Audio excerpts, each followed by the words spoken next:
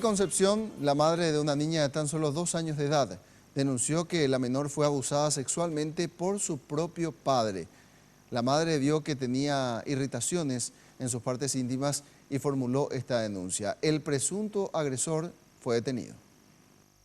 La madre comentó que la pequeña no dejaba de llorar, a lo que ésta le consultó a su hija qué le pasaba. La pequeña en su inocencia le respondió: papá es malo. La madre, tras percatarse que las dolencias de su niña eran en las partes íntimas, sospechó lo peor.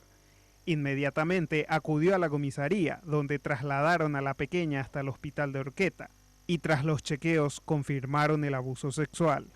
Al instante, IPGF patrullera dice: señor, antes si coge ya putata más he demorado a comisaría porque no sé positivo soy la diagnóstico ha oíla o vio las abuelas y propia tayura ese. Oñón dio y mejor. Sí, oñón dio ir a meter comisaría y mayor la patrullera ha pepe puta ya abuela roga pela mitad ha upei PGF oír a un usuela ese problema ese ya jaca tu ya upila de me señora ya talla ya puso la diagnóstico orqueta peixe. Tras confirmarse el abuso, fue detenido el padre de la niña, a quien también se le realizaron análisis, confirmando su actuar en el abuso.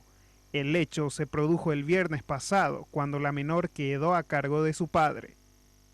Pero guareo puta cueso la itayura o pambo vela de files ahora hacen pero guarda itayura la se amiga pero guareco y mene ya poma hoy será ese.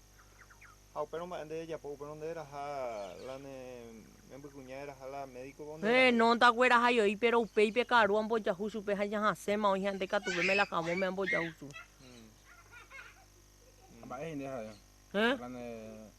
De compañero para gente. Amba evente y se pero ella joba sospechoso maí la itayura yando ya egua sube mayo injese. El autor del horrendo abuso ya guarda reclusión en la Penitenciaría Regional de Concepción.